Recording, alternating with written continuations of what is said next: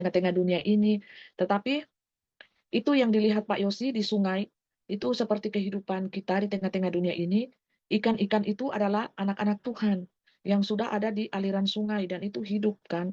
Tapi malaikat Mikael itu kan mendampingi anak-anak manusia itu sampai kepada zaman ini dan saat ini ya. Kita melihat bahwa betapa luar biasanya roh malaikat Mikael ini ada pedang roh.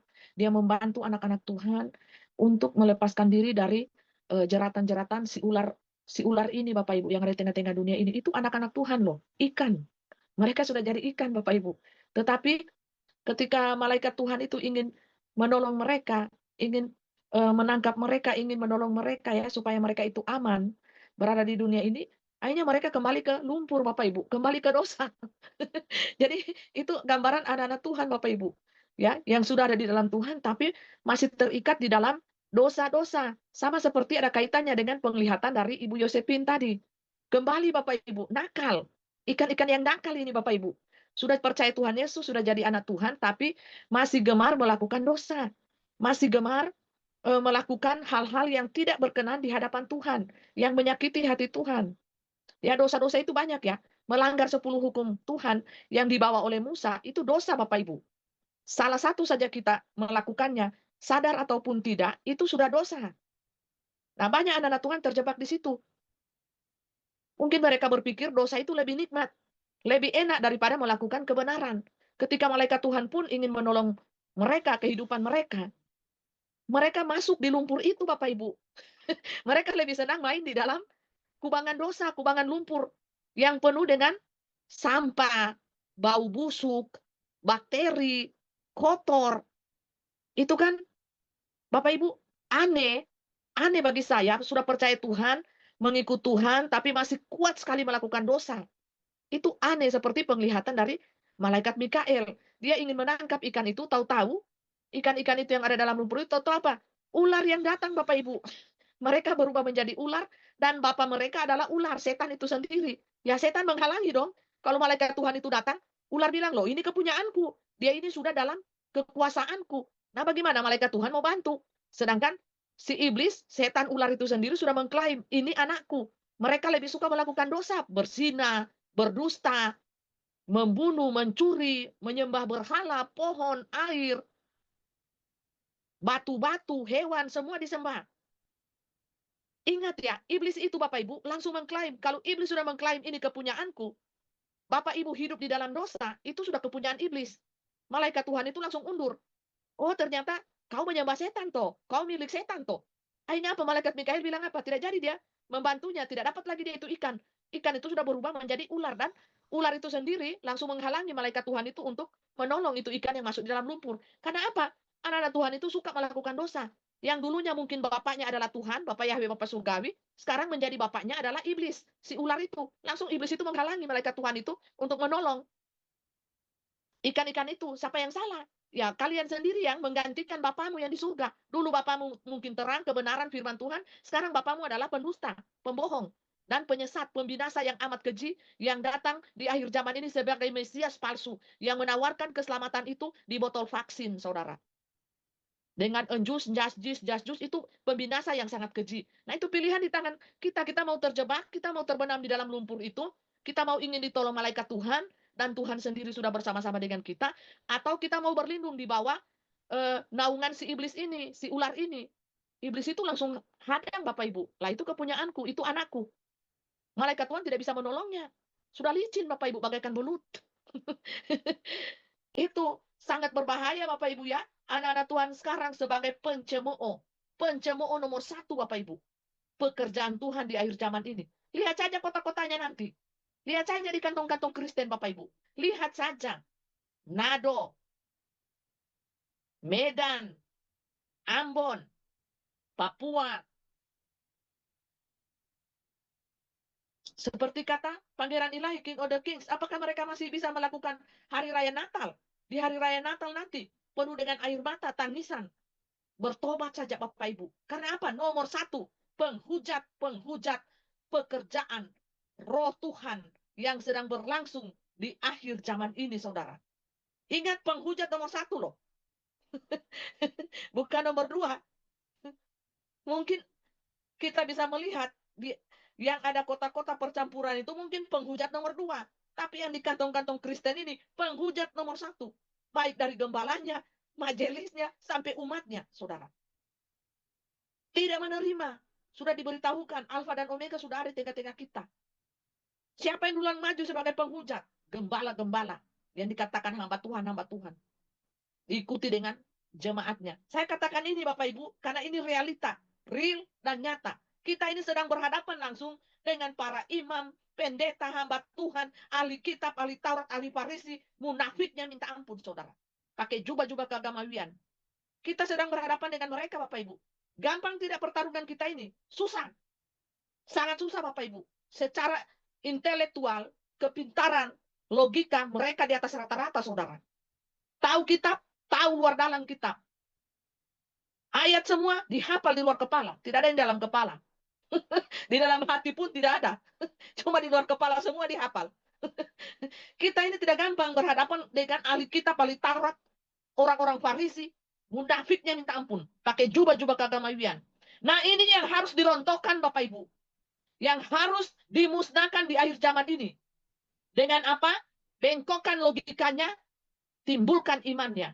Pakai apa? 5 elemen alam berjalan. Apakah mereka masih membanggakan jubah-jubah keagamawiannya? Apakah mereka masih membanggakan logikanya yang pintar itu Bapak Ibu? Atau mereka mencari Tuhan dan bertobat sungguh-sungguh, berlutut di hadapan Tuhan. Karena apa? Inilah masa penghakiman bagi bumi ini. Hilang logika, muncul iman. Mereka akan berseru-seru memanggil Tuhan, saudara. Kalau tidak dihantam kencang-kencang, maka mereka akan menjadi manusia-manusia yang paling angkuh di muka bumi ini, saudara. Siapa-siapa mereka? Ya ahli kitab, ahli Taurat, ahli Farisi, para imam, hamba-hamba Tuhan pendeta. Ya mereka diagung-agungkan manusia. Mereka diidolakan oleh umatnya. Umat yang bodoh, Bapak Ibu. Umat yang bodoh mengidolakan gembala sidangnya, pendetanya, hamba Tuhannya. Bukan mengidolakan Tuhan Yesus. Mereka mengidolakan hamba Tuhannya. Apa yang dikatakan hamba Tuhannya, mereka telan mentah-mentah. Ya buktinya di 2020, 2021, 2022, siapa yang ajak semua umat manusia untuk menerima tanda setan dajjal itu? Ya hamba Tuhan, seluruh hamba Tuhan. Saya pun dipaksa-paksa. Dipaksa-paksa untuk menerima tanda itu, saudara. Oleh siapa? Ya hamba Tuhan. S1, S2, S3, S4, S5, sampai S7, S-teler, S keliling. Semuanya memaksa saya. Sampai keliling, sampai pusing saya mendengar. Kalau tidak saya baturut, mereka ngamuk, saudara. Seperti orang kerasukan. Memaksa saya untuk menerima tanda itu. Semuanya kerasukan, Bapak Ibu, di tahun 2022, 23. Tidak ada angin, tidak ada apa, semua marah-marah. Kenapa? Saya tidak mau menerima tanda itu. Itu semuanya mereka sudah berubah jadi es lilin, saudara. Es lilin.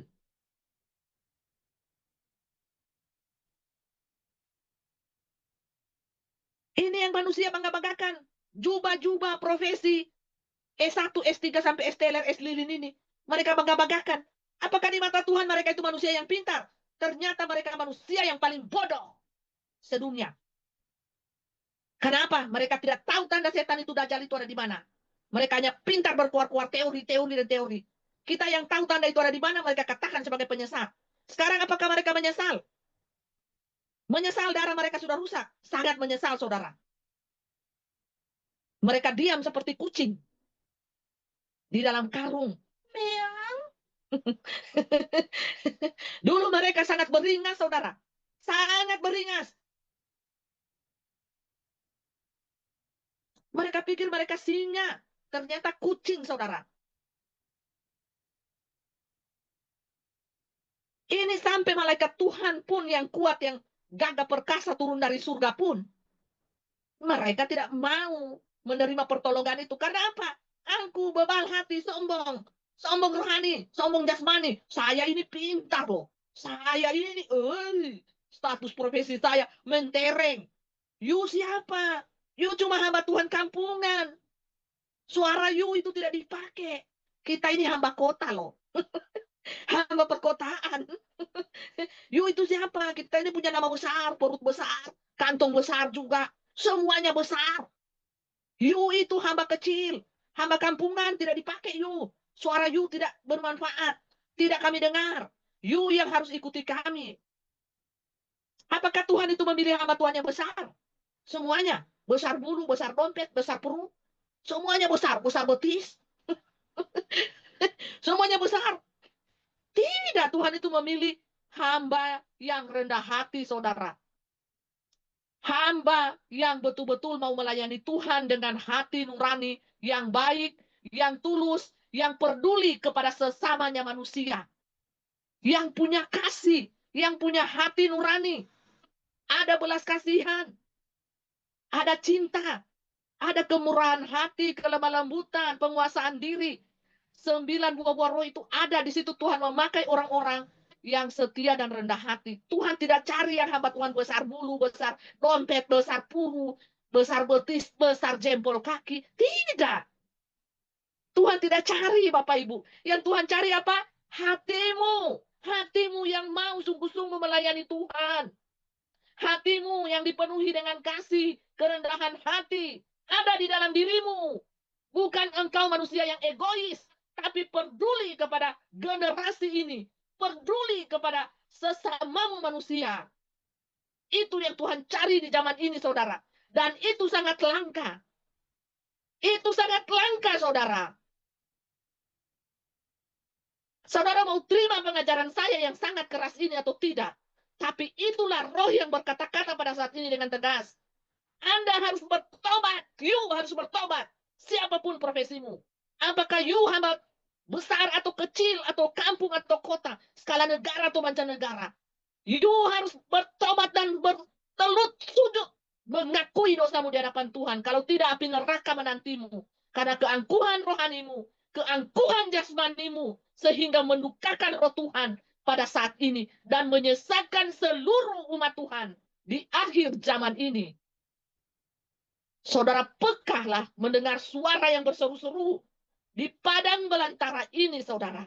Jikalau tidak, api yang akan kalian dapatkan pada saatnya nanti. Dan penyesalan akan terjadi, teriakan dan raungan yang sangat memilukan hati akan terjadi di depan mataku. Dan para malaikatku akan menyiksa kalian siang dan malam di dalam api neraka itu, saudara. Bertobatlah selagi masih ada waktu. Itulah pesan urgen yang pada saat ini. Karena penghakiman telah terjadi dan akan berlangsung lebih dahsyat lagi ke depannya. Kalian mau percaya atau tidak, itu urusan di hati kalian masing-masing. Karena kalian punya hati nurani, punya hati yang mau membedakan antara roh kebenaran dan roh dunia yang sedang berjalan pada saat ini. Begitu derasnya arus dunia yang menyesatkan anak-anakku di akhir zaman ini, saudara. Itu saja daripadaku.